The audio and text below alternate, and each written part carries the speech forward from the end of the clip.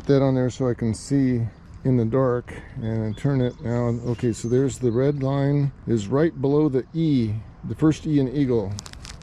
Don't know if you can see it or not, but so there we're hitting right around that spot. Try it here. Okay.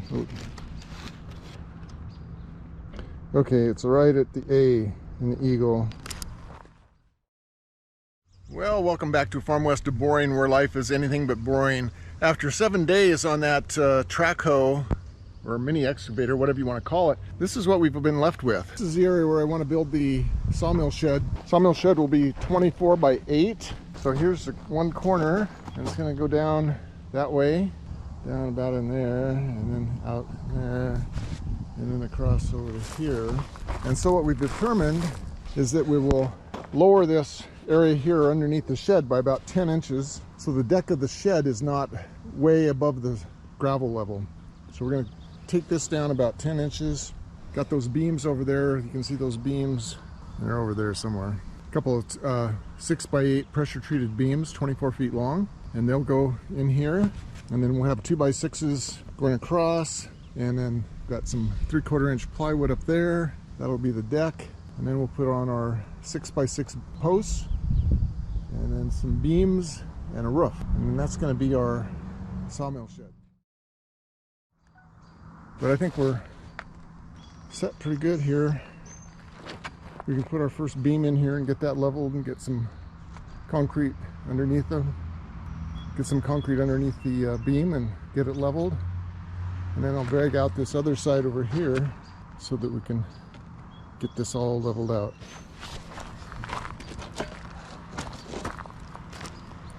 This conveniently fits right in there.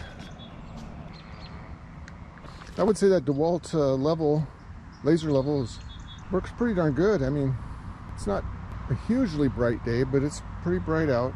I can still see that line within about 12 feet or so, especially using a little shield like this.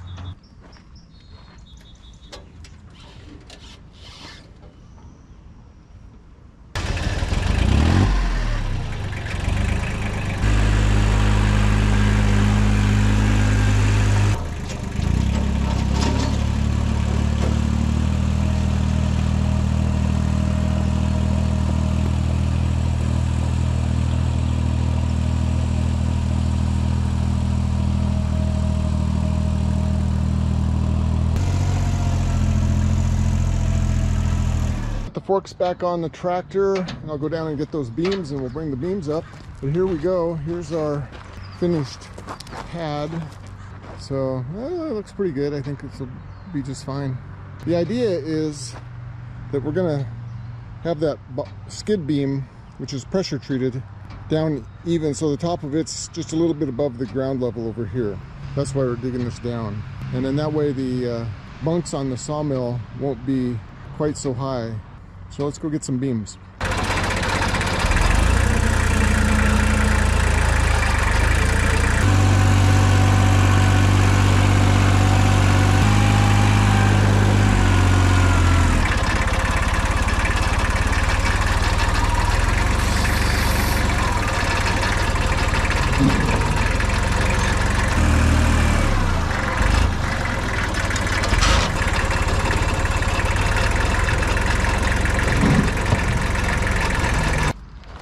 Go. Well, didn't get them quite lined up. That one needs to go that way a little bit. We're gonna do that. So I'll go get a level. We'll put that thing up and level on it and see how level we are. Okay, here's the test. Right in the middle. Oh my goodness, look at that. Bubble is almost right on.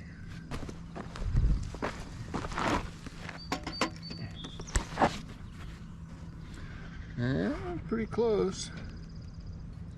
My tractor abilities are pretty surprising.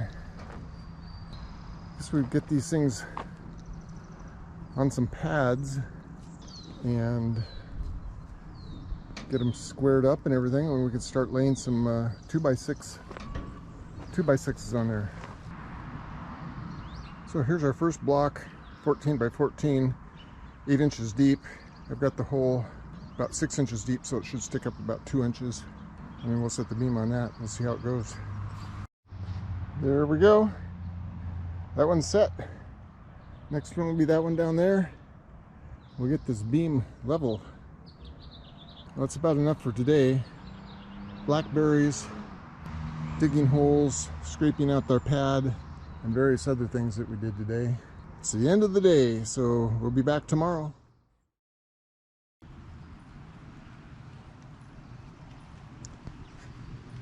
Well, I wish somebody would have told me that it was going to rain last night. I would have put the seat on this tractor, this John Deere, up so that when I went to sit down on it, I wouldn't get all wet.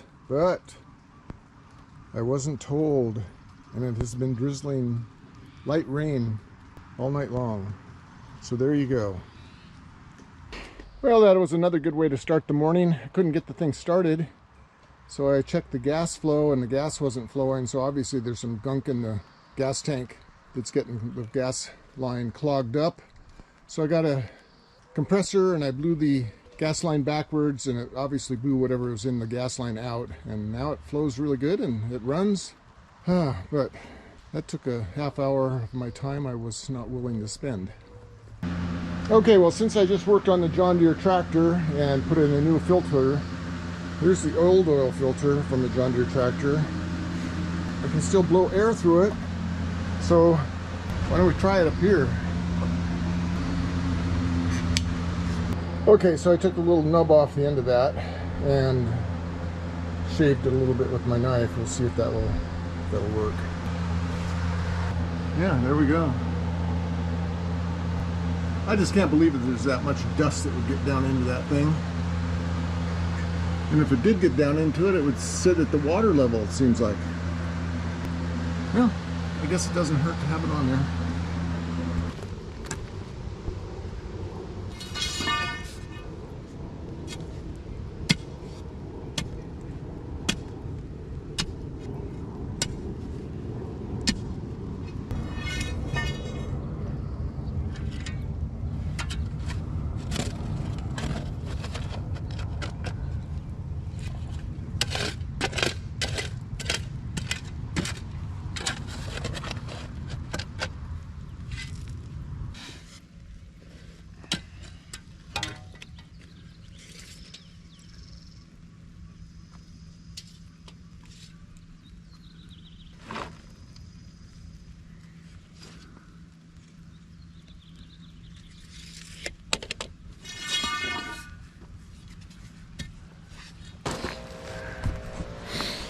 Okay, so there's our hole.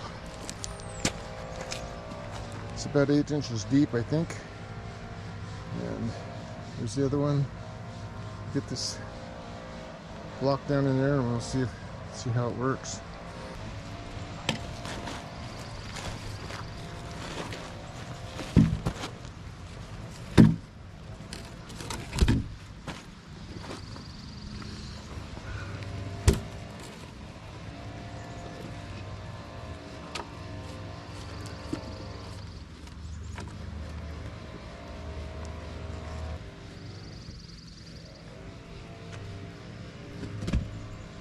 Burn it.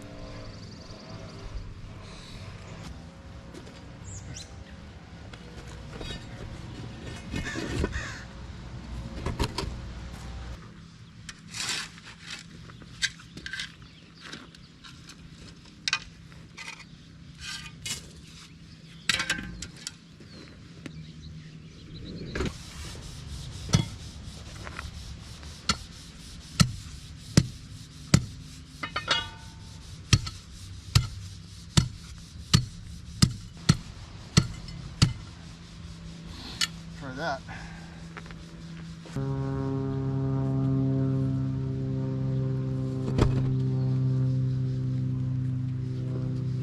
That worked better. Okay, that's perfect. It's just a level with the other end.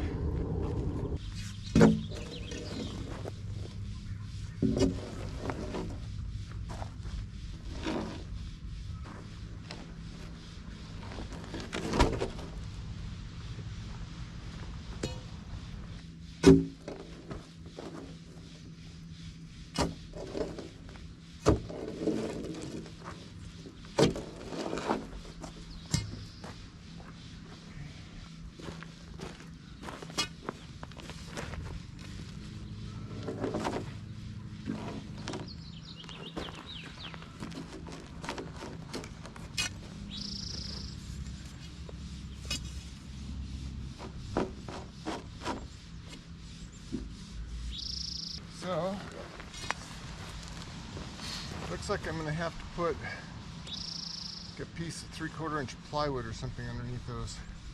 So I'll go cut a couple pieces of 3/4 inch plywood for a shim. So I've added a piece of 3/4 inch pressure treated plywood underneath both ends, and I was going to add an extra support here in the middle, cut that metal off of there and put a support underneath here, but it looks to me like we're pretty much sitting on the ground there. These are pressure treated ground contact beams, so that shouldn't really be a big issue. And there is a bow. This is a crown, so the crown is up here, and so therefore any sagging that it does is just going to hit the ground and can't go any further. So I think that we're set here. And if you look at the level, you can see that it looks like it's a little bit off,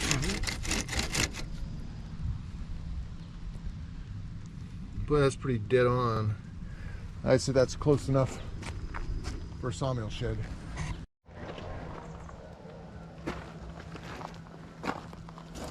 Okay, so we have our end supports in, a mid support there, and they are level and it's squared.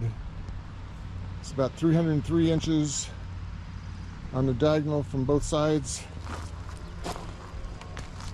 The beams are pretty much level. If you look at it here in the middle, it's level. But if you look down here, but it's, let's see, hard to see with glasses. No, that's pretty much level. And we used a 2x6, a straight 2x6. So we've got basically level across both ends and level down at that end. But in the middle, we're still about an inch. This side is about an inch low, and I guess it's just because of the crown. This one has more of a crown than that one. Let me try it again one more time.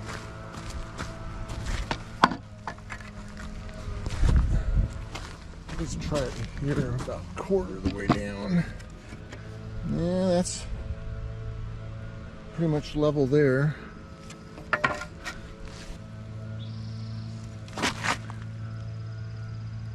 Yeah, that's not too bad. It's a little bit low. Yeah, it's not bad. And at that end, I think is level. We're pretty much ready to go here. As far as framing this thing up, we're going to have 2x6 4 joists. Now the question you might have is, why are these 8-foot 2x6s longer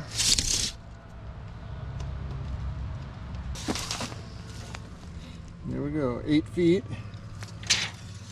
And they've got these things,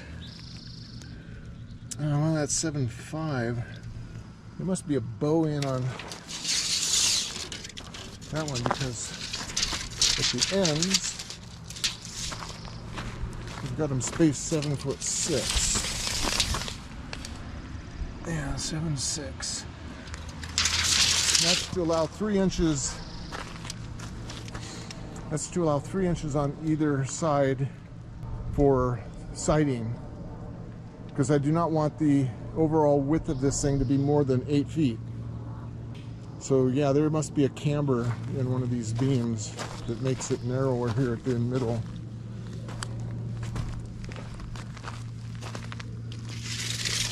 Because you have 7'6". Okay, well, we can work with that.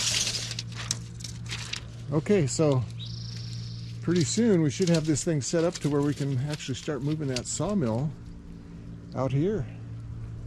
That'll be nice. I'm not sure if this will do it for today on the video. Next week we'll start framing the deck here. Thanks for coming along on our journey building a new sawmill shed, and I hope that you'll come back and watch the continuation of the framing and the building of this and the moving of the sawmill. If you enjoyed this video, please give us a thumbs up.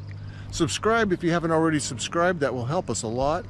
And by the way, we are going to be having a 500 subscriber giveaway. So if you are subscribed and you'll hit the notification bell so you're notified of next video, when we hit 500 subscribers, we will have a video, and on the comments on that video, we will use a random selector. What do you call them? Random comment selector, which will select 2 or 3 people for prizes. One is going to be a hat from Woodland Mills, and maybe a t-shirt or 2, and possibly a couple surprise gifts. I have a pair of cold weather Wells Lamont gloves that I use when it's really cold out, and they're really great, and I'm going to be giving a pair of those away. So subscribe and hit the notifications bell, and let's get 500 subscribers and then we'll have a giveaway. Thanks for coming along.